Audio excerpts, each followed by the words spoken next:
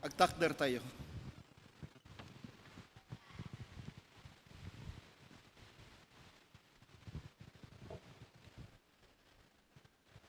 Basain tayo pagsisinublatan ti ayab ti panagdayaw. At daidi to'y lubong iti kasipngetan. Dagiti tao kat bibiyag anak no mabuteng. mabuteng. Pagamuan, dimteng ti maysa apasamak adi ninamnama. May isa pasamak ang nakaskas daawan dagiti tao. Maysa anay dumdumat ranyag na abituen tinagparang ijay langit. May sabit tuen ang nakaskas daaw. daaw.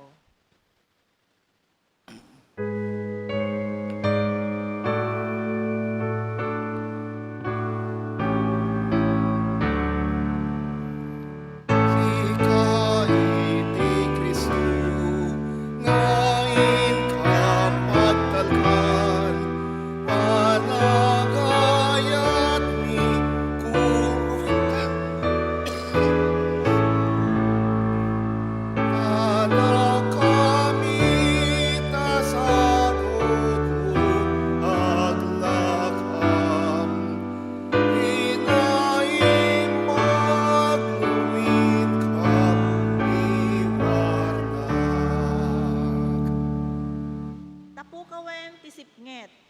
Numan pa'y nasipnget ti rabii, kano daduma nariko dagiti banbanag iti biyag, may sa baro silaw tagranyag para kada tayo. Tapukawen ti buteng. Napakawanen ti basol. Nangag ti Diyos dagiti sangsangit tayo, kat inikan na tayo tinamnama.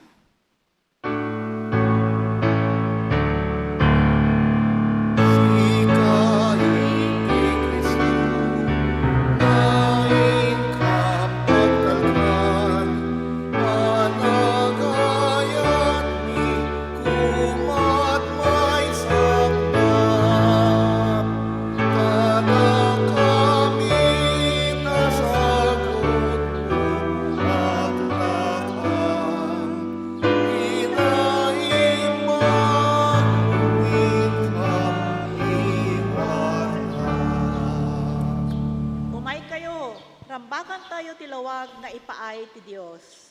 Dayawan tayo ti Diyos tinamnama. Amen. Amen. Kanta. Ama ti Siya.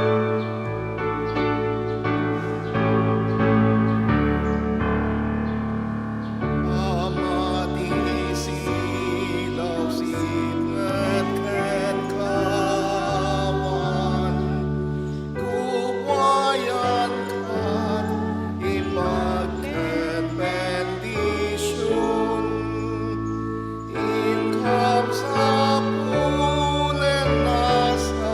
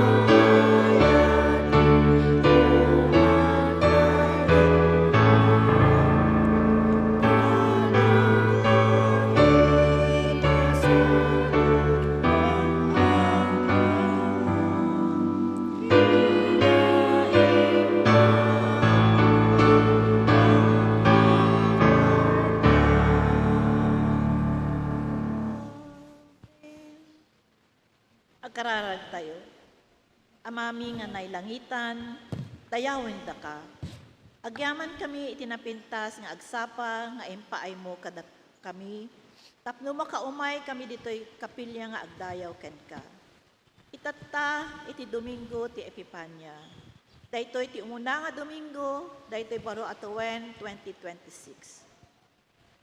Agyaman kami itinasayaat nga salun at mi itinapalabas atuwen 2025, ket ikararag mi, tagtultuloy nga panangtarabay mo kada kami itang atuwen ken agnanayon. Agyaman kami, kadagiti kakabsat mi ken Kristo, nga kadwami tatta dito'y unek ti kapilya. Uray pay dagiti kakabsat nga adda pay laeng iti dalan nga umay ditoy, ken dagiti kakabsat nga adda iti online. Makawanan na kami, kadagiti basbasol mi, ket dalusam dagiti puso mi nga agdayaw ken ka ditoy serbisyo mi. Agtalek kami ama nga adda kaditoy ayan mi tatta nga kanito. Pandasyom apo ni pastor aman sa Herom itang aldaw. Ti choir, ushers kan amin nga agserbi iti serbisyo mi itang aldaw. Ikararag mi nga si kalaeng ti pangiturungan mi ti panunot mi, ket masursuro mi ti mensahem kanyami, tapnurumwar kami dito kapilya, nga mangitultuloy nga iwaragawag, tinapintas nga damag ti pannakaisalangan. Daytoy ti kararag mi. Amen.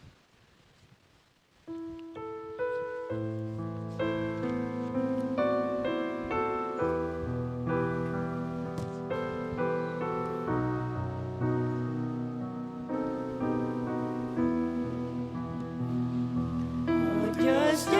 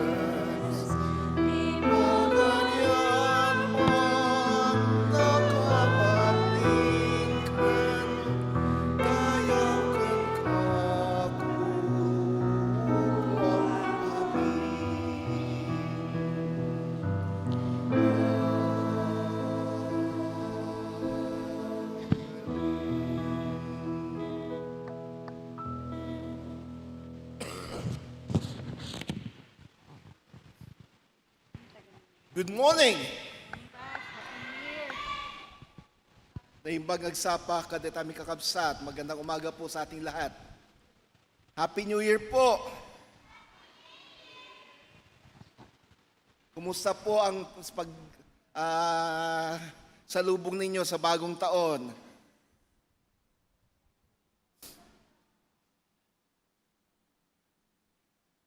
Ako sinalubong ko ang bagong taon na may sipon. Ngayon, ubo.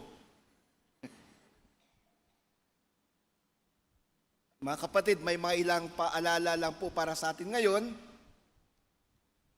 Una-una,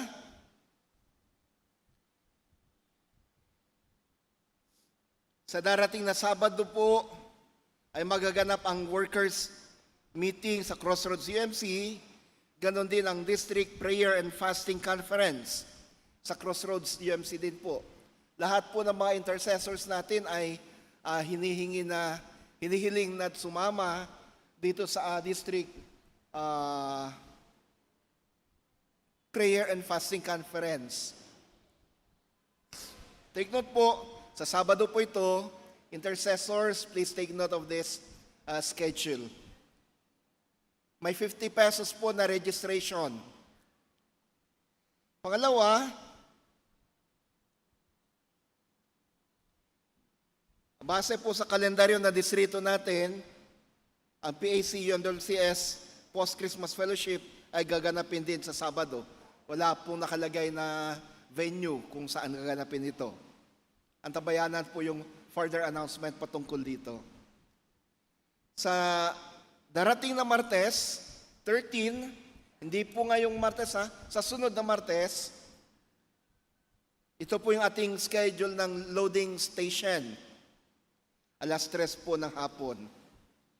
And then January 18, National UMYF Sunday with special offering. Ganon din, sa hapon ay ang UMM Fellowship. January 20 to 23, Manila Episcopal Area VCS Trainers Training sa Baguio City. And January 31, ang National Bible Quiz sa PCU 7th floor. Isama po natin to sa ating mga panalangin. Ganon din po, pinapalalahanan ko po lahat ng mga committee chairpersons.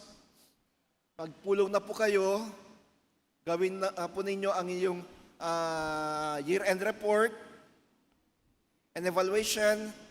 Kasi po, sa darating na Marso, ito na po yung ating charge conference. So, again, committee chairpersons, please meet your committees. Do your year-end evaluation, and then pati planning na rin po. Kasama na yung inyong report. Happy birthday! Sino-sino yung mga nagdiriwang ng kalakarawan o magdiriwang ng kalakarawan sa linggong ito? We have Elizabeth Ann Obahan, Sheena Andres, Nieves Martinez, Sheena Orpilla, Annabel Valera, Emelita Beth Reyes. Sa Beth ba to? Merlita Monton at si kapatid na Merly. Ray Primo Consunhi. Kilala kaya ni Kwanto ni Cathy? Ang kanyang idol. Karsten Vin de Guzman. Asan si Tenten? Ayan. Ate Beth. Alia Jane Garcia. Ritz Jairen Litana. Ray Adrian Faraon. Ruby Caligya. Marcos Antonio Maribujo. Kiara Lalain Castro. Alan Aguilana, Aliza Heron, Estrelita Margallo. Meron pa po bang ibang mga nagdiriwan ng kalang birthday ngayong linggong ito na hindi natawag? So we have Karsten, Ate Beth, and Ate Merly. Meron pa po ba dito?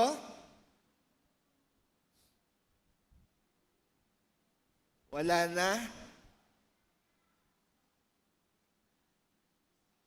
Sige, kung wala na, can we just extend our hands toward them and let us pray for them as well?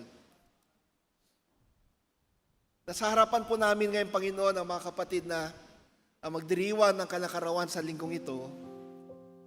Andito si Ate Beth, si Ate Merly, si Karsten. Dalangin po namin, Panginoon, na kayong siyang magpala sa kanila. Pakinggan ang kanilang mga kahilingan, panalangin sa inyo. I-bless ang kanilang mga gawain, ang pag-aaral ni Karsten, ang pananatili sa tahanan ni Ate Beth at ni Ate Merly, ang patuloy na pagiging huwaran sa kanilang mga anak, apo, alaga, pamangkin. Dalangin din namin kung ano man ang sakit na nararamdaman nila, sila'y pagalingin. Ganon din ang gawin mo sa lahat ng mga nagdiriwan ng kalakarawan na hindi namin kasama ngayon. Maging yung mga nasa online worship. Salamat po sa buhay nila. Salamat po sa bagong taon na kalum nyo sa kanila. Sa ngalan mo, Kristo, Amen at Amen. Happy birthday to you. Happy birthday to you. Happy birthday, happy birthday. Happy birthday to you. God bless you always. God bless you always. God bless you always. God bless you. God bless you. God bless you always. Happy birthday and God bless you.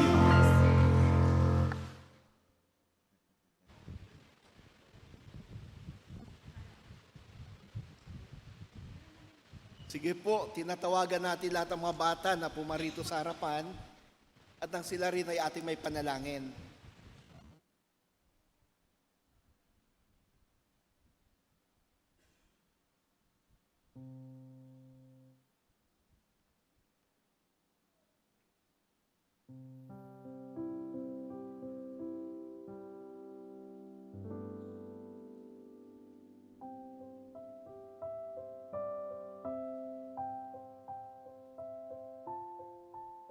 Tayo manalangin.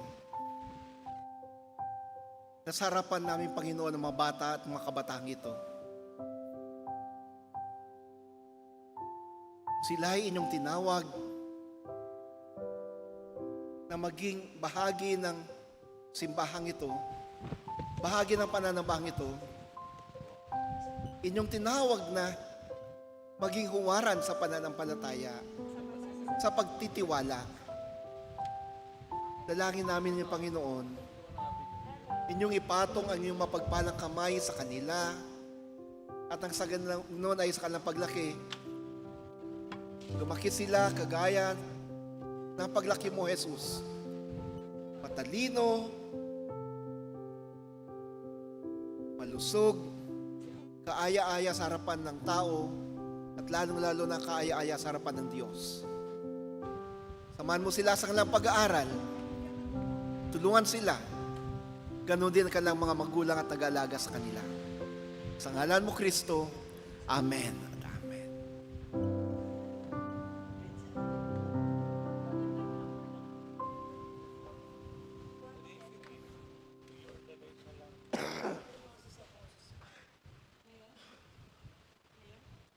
Panakaybasa, tinasantuan asurat, agapu iti daan at tulag, asarakan ti Isaiah 60, 1-6. Kastoy ti kunana. Bumangon ka, Jerusalem, ket agranyag ka akas init. Ranranyagan na ka, ti dayag ti Apo. Kinasim ngetto ti mangbungon kadagiti daduma a nasyon. Ngem ti silaw ti Apo, ti agranyag ken ka.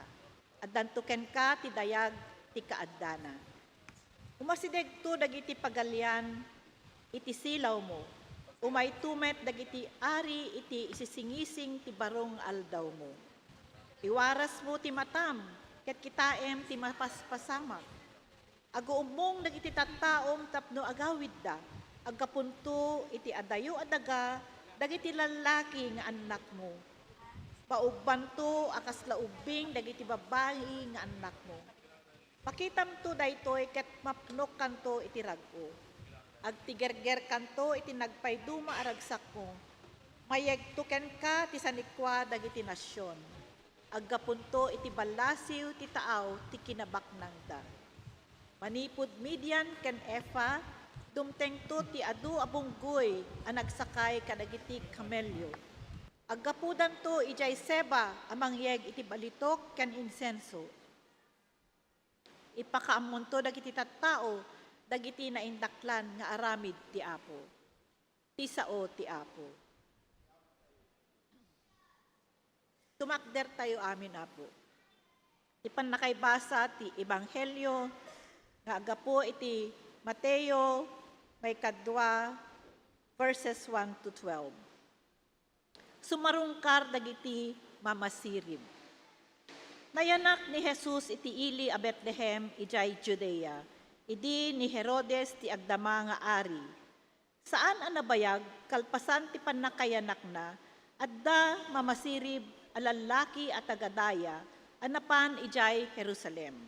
Sa dino ti ayan ti ubing, anayanak nga ari dagiti Hudyo, sinalodsod da. Nakita mi ti bitwen na anagparang ijay daya, katimay kami agdaydayaw kenkuana. Idi madamag daytoy ni Ari Herodes, napalalo ti panakariribok na, astame ti tunggal maysa at taga Jerusalem. Pinaayapan na nga rod dagiti pangulwen a papadi, ken mamaestro iti linteg, ket sinaludsod na kadakwada, no sa dino ti pakayanakan ni Kristo. Iti ili a Bethlehem ijay Judea, insungbatda. Tadaytoy ti insurat ti profeta.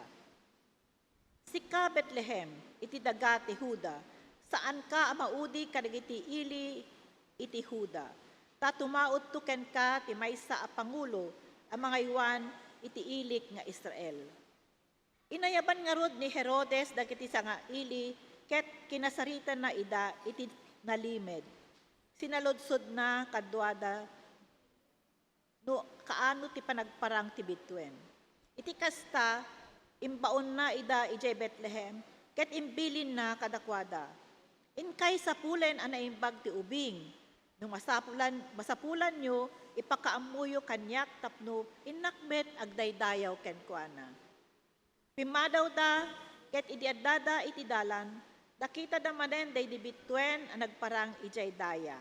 Idi makita da, anyan aragsakda, anyan aragoda, indaldalan na ida agingga ang nagsardeng, itingatwen ti balay ayan ti ubing. Simrek da iti balay, ket nakita da ti ubing ken ni Maria nga inana. Nagparintumeng da ang nagrukbab kenkuana. Kalpasan na, inruar da dagiti sagsagot da, abalitok, insenso, ken mira, ket indaton da kenkuana. Idi agawid da iti ili da, sabalin adalan tinagnaanda, ta iti tagtaga-inep, pinagdaaran ida ti Dios, adidan agsubli ken Herodes. Ti Ebanghelyo ti Apo. Madayaw ka, O Hesu Kristo.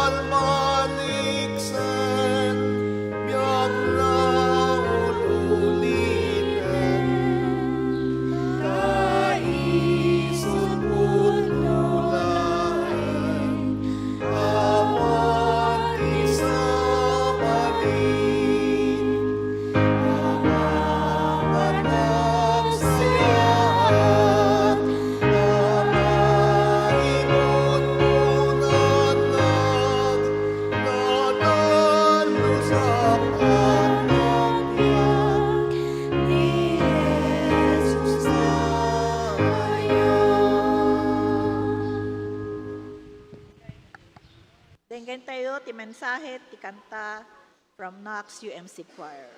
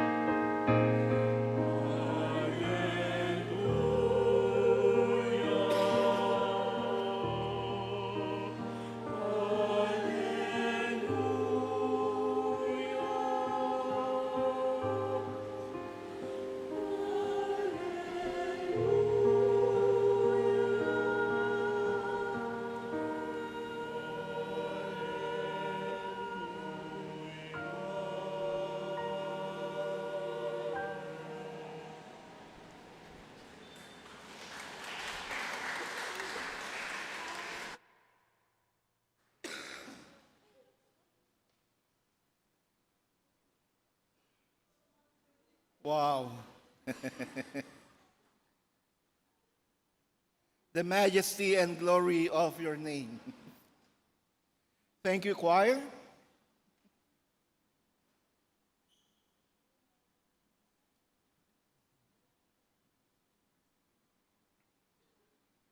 Happy New Year po sa inyong lahat. And happy Epiphany Sunday. Epiphany. Ano nga pa talaga ibig sabihin ng Epiphany? Actually, ang Epiphany Day ay January 6. Ito yung kapistahan ng pagdalaw ng mga mago sa batang si Jesus. Kahapon sa opisina, tinanong ako ng may staff natin, kasama si Teacher Abby at si Teacher Ethel, Pastor, paano pong set up ng mga, sabi ni Ate Tess, yung 3 hari. Sabi ko, Ate, hindi po hari mga yun. Tradition lang nagsabi na sila'y hari. Ang sinasabi ng Biblia, sila'y mga mago or wise men. Mga pantas. Una-una, sabi ko, tanggalin na yung Belen. Kaya kung mapapansin nyo, wala na po yung Belen doon sa Aquarlof. Pangalawa, ilipat nyo yung Holy Family, si Jose, si Maria at ang batang si Jesus, doon sa harapan ng communion table. And then, saka nyo ilagay yung mga pantas doon. Bakit? Kasi ang sinasabi ng Biblia sa panulat ni San Mateo, ang mga pantas na kita nila ang batang si Jesus hindi sa loob ng sabsaban kundi sa isang bahay. And actually, 2 taon na halos si Jesus noon nung nahanap ng mga pantas si batang si Jesus. Kaya hindi na po sa sabsaban na hanap ng mga pantas si Jesus. Kawawang-kawawa naman kung doon pa rin sa sabsaban. Ano yung 2 taon, nandun siya. Kalaro niya sa loob ng 2 taon, kalaro niya yung mga tupa, mga iba't ibang mga hayop. Hindi po. Kasi sinabi sa banal na kasulatan, si Jesus ay nakita ng mga pantas sa isang bahay. So, huwag kayong magtaka kung bakit nandito sila ngayon, wala doon sa Bethlehem o wala doon sa Belen or sa manger. Gusto ko lang po na maging tapat tayo sa sinasabi ng banal na kasulatan. Kaya't lagi kong sinasabi, kapag yung inyong manger scene or yung inyong Belen, sa Pasko ay nandun yung 3 pantas, mali po yun.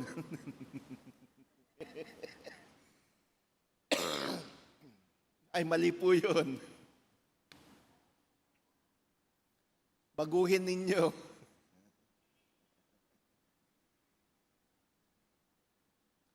What can I give him? Ano ang maaari kong ipagkaloob sa kanya? Ito po yung ating mensahe sa umagang ito. Kapag ang Diyos ay dumalaw, what can I give him when God visits us? Ang Epiphany or Epiphania, ang ibig sabihin, ang pagpapahayag ng Diyos sa kanyang sarili, ang pagpapakilala ng Diyos sa kanyang sarili, ay hindi lamang patungkol sa liwanag na nakita ng mga pantas, hindi lamang ito patungkol sa bituin na nakita ng mga pantas, ito rin ay tungkol sa tugon ng pusong nakakita sa liwanag ng bituin. It is not just about the light being seen by the wise men, it is also about the response. Ang pagtugon sa sino mang nakakita sa liwanag.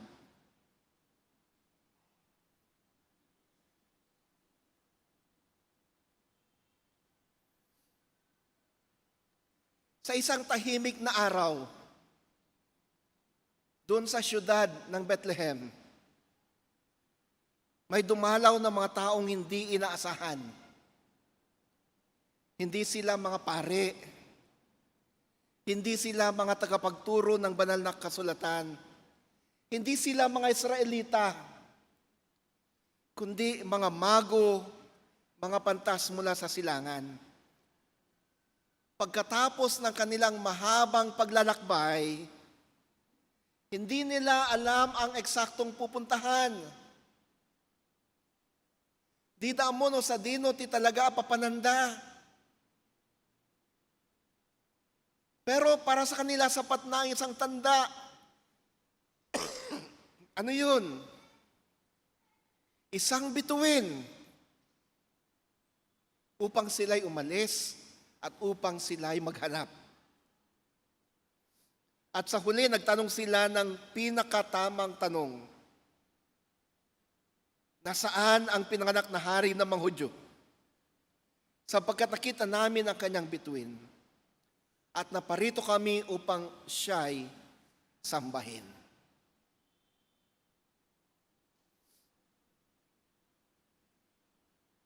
Mga kapatid, ito ang ibig sabihin ng Epiphany. Hindi lamang yung makita ang liwanag ng bituin, kundi ang puso ay matutong lumuhod, matutong magbigay, matutong sumamba sa tinuturo ng liwanag. The star creation used by God to reveal Himself. However, man's heart must respond. Ang bituin, ang sang nilikha, ay ginagamit ng Diyos upang ipakilala niya ang kanyang sarili. Subalit, ang puso ng tao ay dapat tumugon.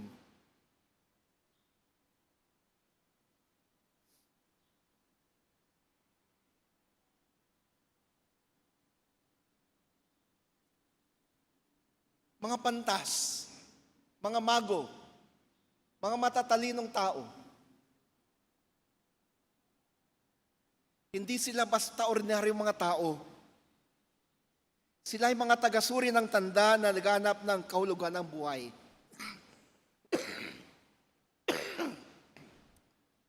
Pero pansinin natin mga kapatid, hindi lang yung mga pantas ang nakakita sa bituin. Nakita rin ito ng Jerusalem. Nakita rin ito ni Herodes. Nakita rin ito ng mga eskriba, mga tagapagturo ng banal na kasulatan. Pero anong ginawa nila? Hindi nila ginawa yung ginawa ng mga pantas. Kung yung mga pantas, nung nakita nila yung bituin, sila'y naglakbay, si Herodes, ang Israel, ang Jerusalem, at ang mga tagapagturo ng batas, tagapagturo ng salita ng Diyos, walang ginawa. Nakakita pero hindi kumilos. Ang mga mago ay may tatlong hakbang ng pananampalataya na ginawa. Una, nakita nilang tanda. Pangalawa, umalis sa komportableng buhay. Nagbiyahe sila. Pangatlo, nagtanong kung nasaan ang hari. Ito ang tanong para sa atin, mga kapatid.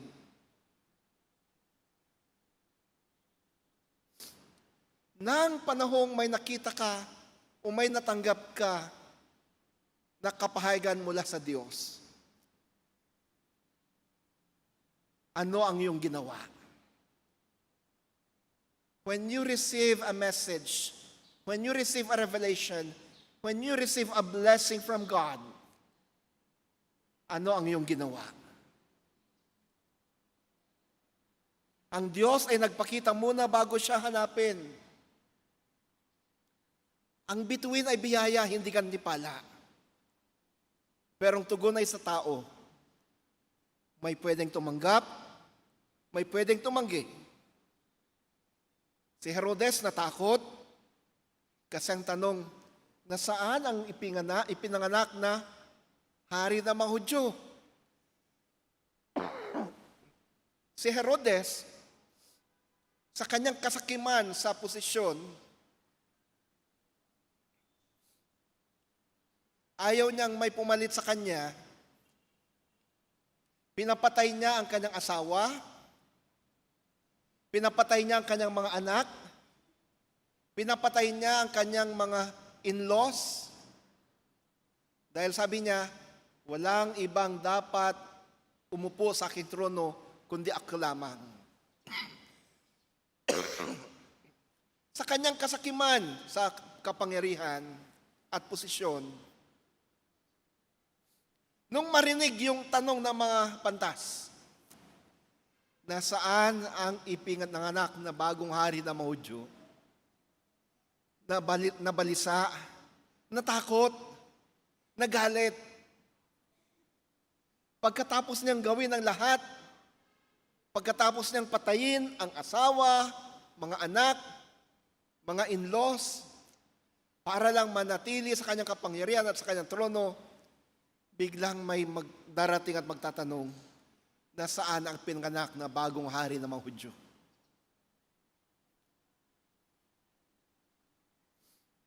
Natakot, nabalisa, nag-alala. Mayroon ng papalit sa kanya. Ang mga leader ng relihiyon, walang pakialam. Alam na alam nila ang sinasabi ng banal na kasulatan kung nasaan yon. Nung inusisa ni Herodes sila, kinote nila ang banal na kasulatan. Sa Bethlehem, sabi nila, alam na alam nila. Pero anong ginawa nila? Wala. Wala silang pakialam. Hindi gaya ng mga mago. Naghanap. At nung nahanap nila, sila'y sumamba. Mga kapatid, marami sa atin ang nakakakita ng mga milagro, tumatanggap ng biyaya, grasya mula sa Diyos, tumatanggap ng kabutihan mula sa Diyos, mga panalangin sinagot. Pero ang tanong ngayong Epiphany Sunday, ano ang iyong ginawa?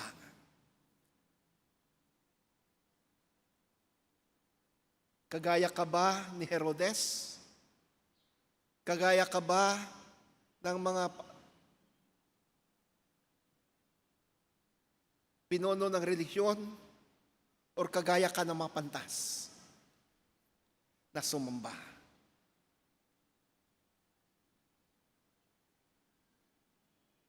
Tulad ng lagi kong sinasabi, balewala kapag ikaw ay nakatanggap o nakakita ng mga milagro. Balewala kung ikaw ay gumaling sa iyong mga sakit. Balewala kung nakita mo na ang pilay ay nakalakad, nakatayo. Balewala kung ikaw ay may miyembro ng pamilya o ikaw mismo ay gumaling mula sa cancer o ano pang mga sakit na sinabi ng mga doktor ay malabong gumaling. Kung ang buhay mo naman ay hindi na bago, kung wala ka namang tamang tugon, gaya ng tugon ng mga pantas. Pangalawa, makikita natin sa ating leksyon na nung nahanap ng mga pantas ang batang si Jesus, sila'y sumamba. Pero ang kanilang pagsamba ay may kaakibat na responsibilidad. Their worship is accompanied with a great responsibility.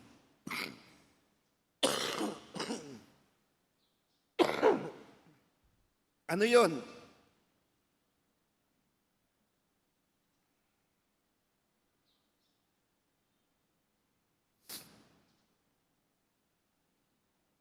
Sila'y nagbigay ng kanilang alay. Worship, the Magi's worship was accompanied by giving of their gifts. At pansinin natin mga kapatid, yung kanilang mga alay hindi tira-tira, hindi natira pagkatapos, kundi ang kanilang alay ay ang pinakamahalaga sa kanila. Regalo na ginto, pilak o metal na para sa hari, ginagamit ng mga hari bilang pagkilala sa kanyang pamuno. Insenso, ginagamit sa pagsamba sa Diyos. Akmang handog sa Diyos lamang. Mira, ginagamit na pampalibing sa mga namamatay. Propesiya patungkol sa pagliligtas ni Jesus sa pamamagitan ng kanyang kamatayan.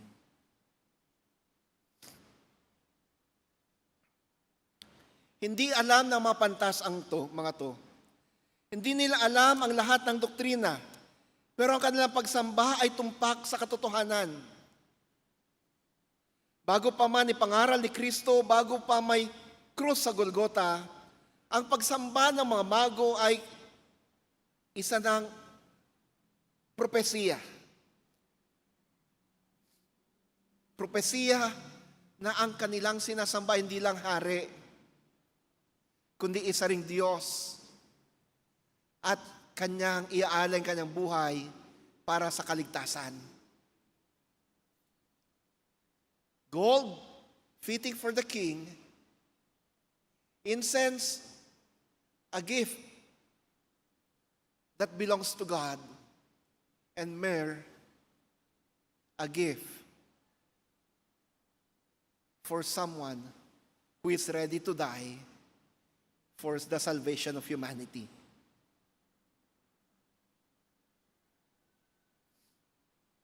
They gave what they have. They gave the greatest gift that they can offer. Mga kapatid, hindi lahat tayo ay may ginto. Hindi lahat tayo ay may mira. Hindi lahat tayo may insenso. Pero may isang bagay ang hinihingi ng Panginoon. Sabi nga ng tula ni Cristina Rossetti,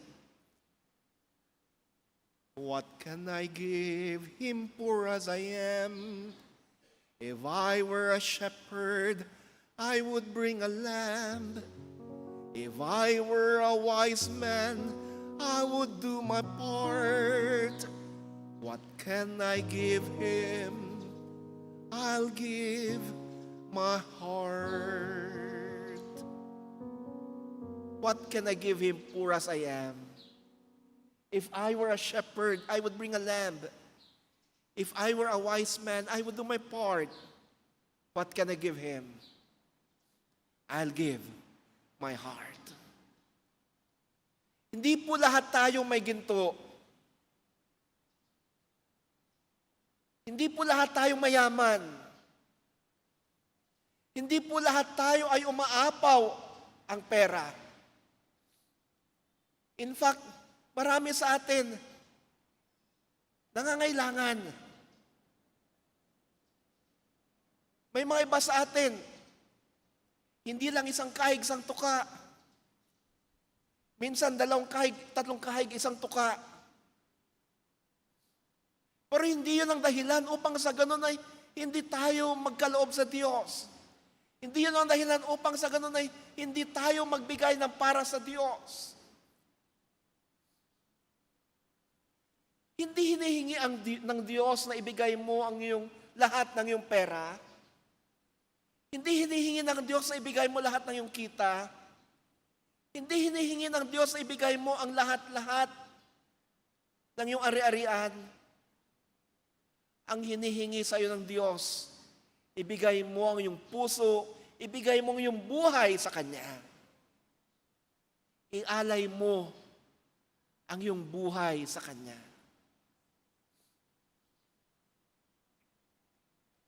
At kapag inialay mo yung puso, inialay mo yung buhay,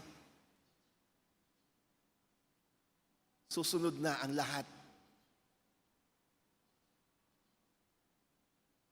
A consecrated life, a dedicated life,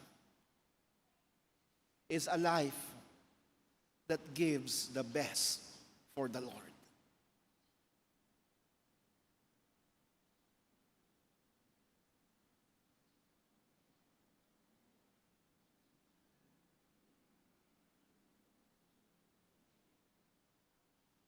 This is the worship of the Magi. Ang pagsamba na may kasamang pag-aalay. Mga kapatid, uulitin ko, what can you give to Jesus? Ano ba ang pwede niyong ialay ngayon sa Panginoon? Ano ba ang pwede niyong ialay sa Panginoon? Anong sinasabi ng isang kanta? Ang tanging alay ko sa iyo, aking Ama, ay buong buhay ko, puso at kaluluwa. Di makaya ng makapagkaloob, mamahaling hiyas ni gintong nilukob. Ang aking dalangin, O Diyos, ay tanggapin. Ang tanging alay ko, naway gamitin. Ito lamang, Ama, wala nang iba pang akong hinihiling. Ang tanging alay, sabi ng kanta, ay ang kanyang puso, ang kanyang buhay, ang kanyang kaluluwa. This Epiphany Sunday, as we remember the worship of the wise men, let us remember how they offered their best to Jesus.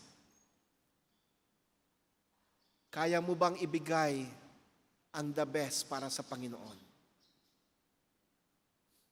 Can you give your best to Jesus? Can you give your life? Can you give your heart unto Jesus? Worship Him by giving your best. Worship Him by giving your best. Magandang umaga po sa atin. Pagpapala ang tanggapin natin. Amen.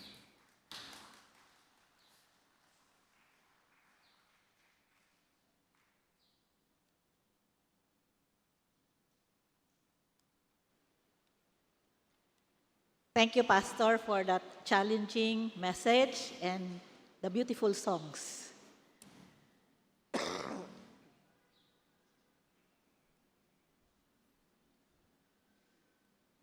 Tatat ipanangipaay dagiti sagsagot ket ayabakman dagiti ushers.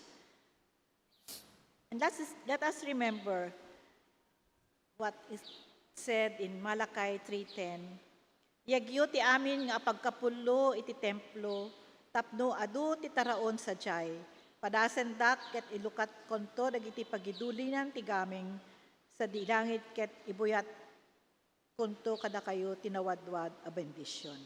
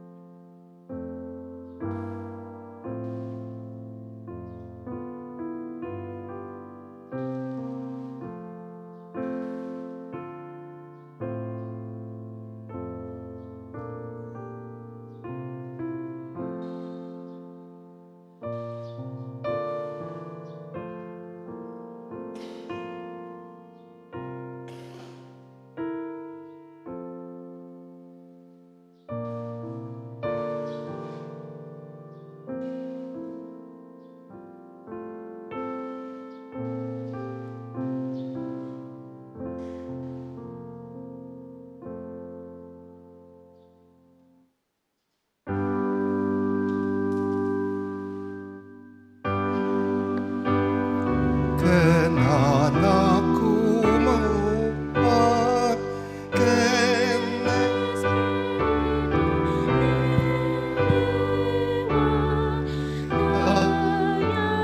naipang runa ti angit ken ti data.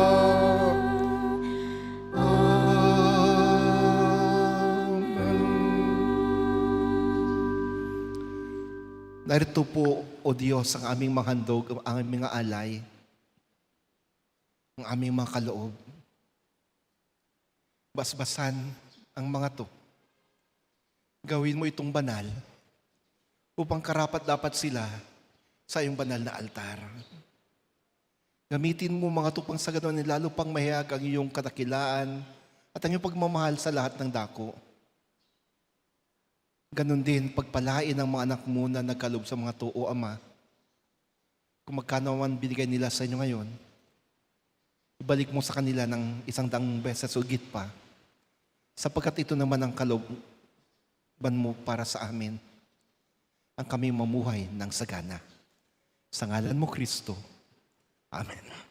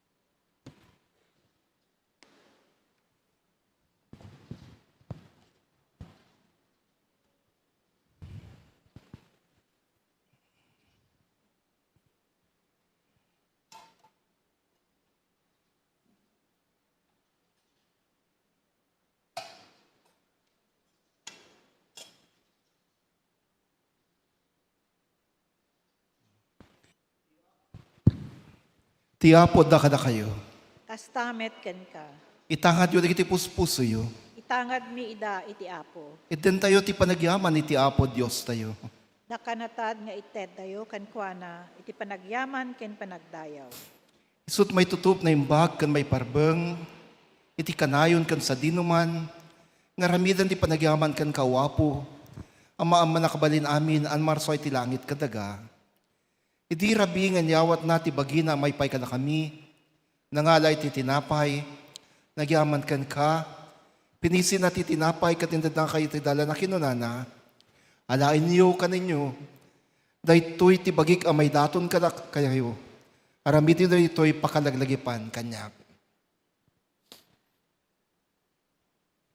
Kalpasan ti panang rabi ng alati ko pa, nagyaman kan ka, intad na kayo ti dalan na akinunana, uminom kayo ti daytoy, da kay amin. Daytoy ti darak ti barotulag, na iparukpok po ka na kayo, kan kayo ti ado. May paay ti panakapakuhan ti basol, aramid yun daytoy ang masansan, kas pakalaglagipan, kanyak. Iparukpok mo ti Santo Espiritum kada kami, ang natipon-tipon ditoy, kan kayo ito'y asagot at tinapay kan arak. Aramidam daytoy kada kami abagi kan dara ni Kristo, tapno ti daytoy lubong agbalin kami abagi ni Kristo ang nasubot iti dara na. Babuan iti Espiritu, pakipagkaykisa na kami kan Kristo, kaniti tumunggal maysa, kaniti ministeryo ti daytoy lubong, ang gingkatya ni Kristo iti maudya panagbaligi, kat makipagrangabak kami kankwana, itinalangitan na padaya. Gapu ka na sa Kristo anak mo, kaniti panagtang ti Espiritu Santo, ti na Santo na Iglesyam, kom amin ti dayaw kan gloria, manakambali na Diyos, itakan tagnanayon. Amen.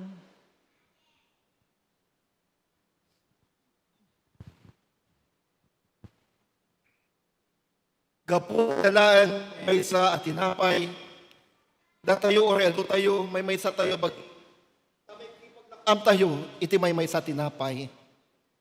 Ti tinapay apesyon tayo, isut pa nakairaman tayo ti bagi ni Kristo.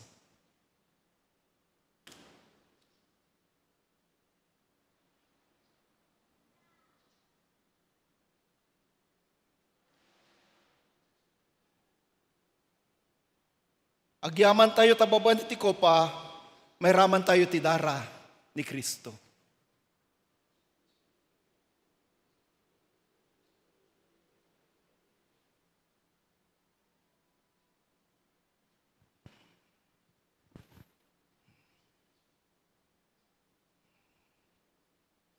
Mga kapatid, sa pagtanggap natin sa komunyon, meron po talong tatlong stations, 1, 2, and 3.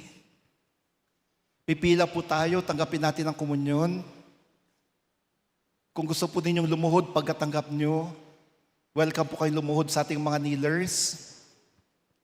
Pero kung gusto po ninyong bumalik sa inyong puan pa at doon kayo manalangin, sige lang po gawin nyo. Pag nakatanggap na pong lahat-lahat, wag po muna ninyong kainin at inumin, sabay-sabay po tayo mamaya na kumain at uminom. Ang hapag ng Panginoon ay handa na. Lahat ay inaanyayahan. Amen.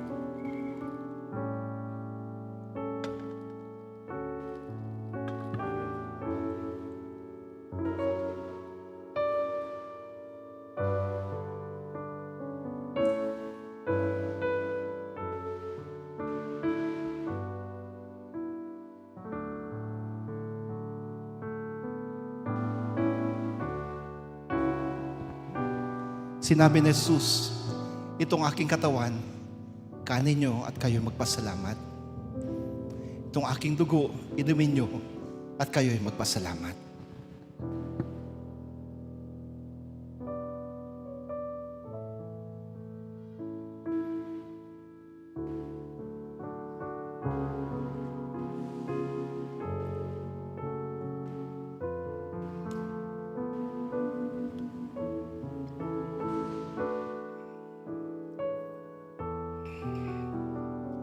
Maraming salamat, Panginoon, sapagkat tinuring mo kaming karapat-dapat na tumanggap ng iyong katawan at dugo.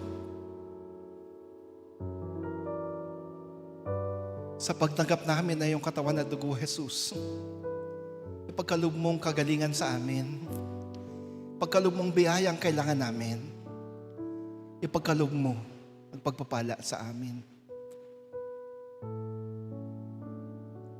Maging kaisa ka namin, Jesus. At ang aming puso't kaluluwa nawa ay tunay na aming may alay sa iyo. Gaya ng pag-aalay mo ng lahat para sa amin. Sa ngalan mo, Kristo. Amen. Amen.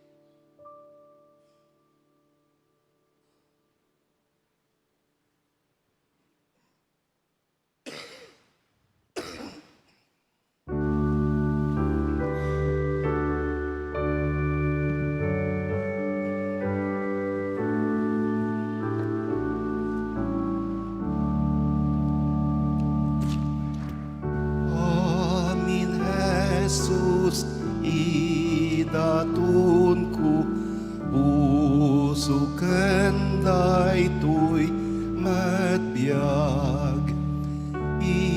Inaldaw sikat, surutek, may sa apagtalkak. Awatem, Jesus, awatem, amin. Tuy biag kuwinak, idatunwan, ideg amin. Amin, Jesus, idatun ko, kaket awatan nak, Espiritum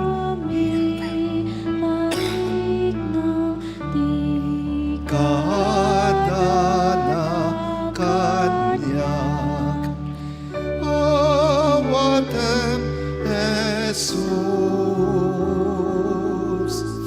awatem, amin. Ibiyag kuwin nak idatuan, ideg amin.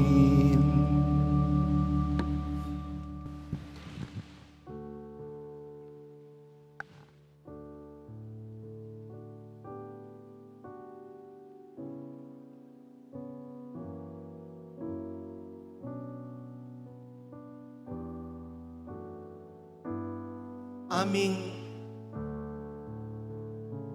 itinatalaga at iniaalay ang lahat sa iyo, Panginoon. Hindi lang po ang aming mga pag-aari, hindi lang po ang aming mga yaman, ang aming iniaalay sa iyo. Mas lalo ng Panginoon na aming inialay sa iyong aming buhay, ang aming puso, ang aming kaluluwa. Kasama na po dyan ang aming mga sakit at mga problemang pinagdadaanan at pasan-pasan. Panginoon, tanggapin mo kami.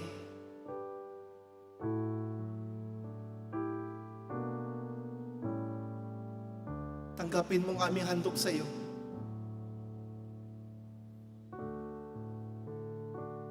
Tanggapin mo ang aming kaloob sa iyo. Ang aming katawan, ang aming buhay, ang aming kaluluwa.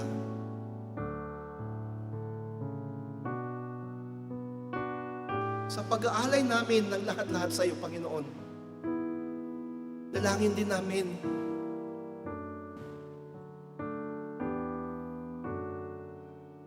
kami inyong tulungan. Wala po kaming kakayanan na lutasin ang mga bagay-bagay na pinagdaraanan namin.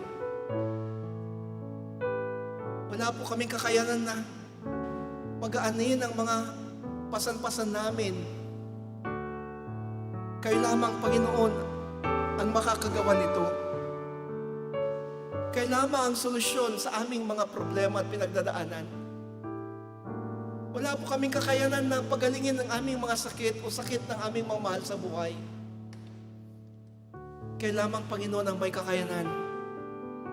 Kayo lamang ang may kapangyarihan.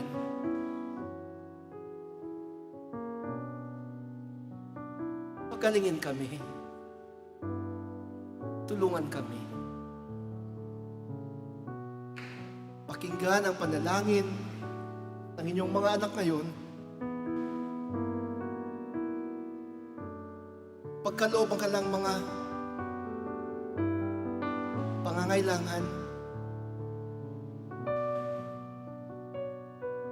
katugunan sa bawat suliranin. Maaring may kasama kami dito na may pinagdadaanan sa loob ng pamilya, may hindi pagkakaintindihan sa loob ng pamilya. Pumagitna ka, Panginoon. Pumagitna ka. Maaring may kasama kami dito ngayon na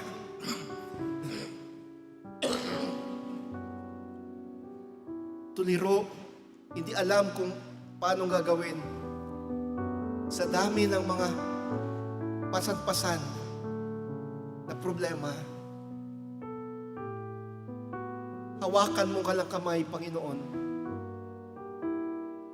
Hawakan mo sila. Maring may iba kami kasama ngayon na namumroblema sa loob ng paaralan, sa kanilang pag-aaral. Tulungan mo sila. Katalinuhan, karunungan ang ipagkaloob sa kanila.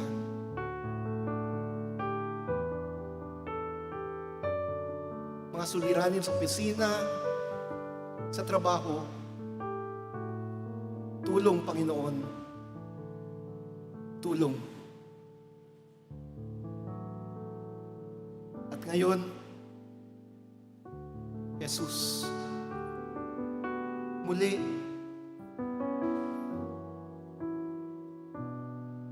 sa pag-alaala namin, sa paghandog ng mga pantas ng kanilang pagsamba sa iyo,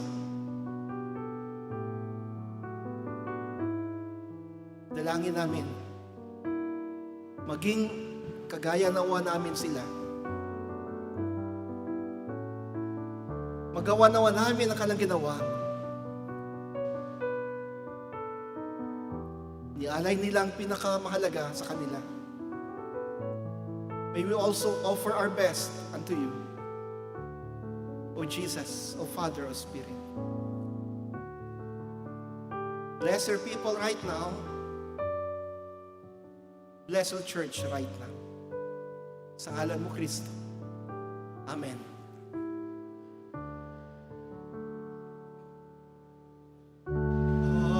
Amin, Jesus, idatun ko yan.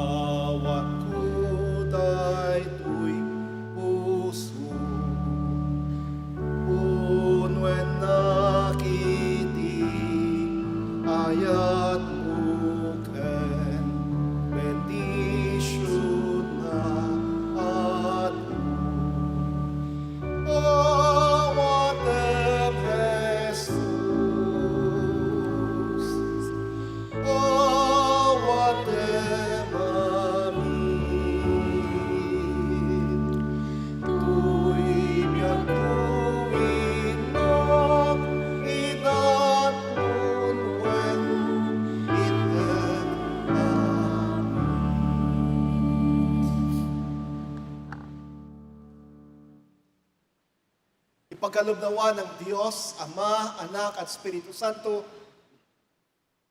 ang kanyang pag-iingat,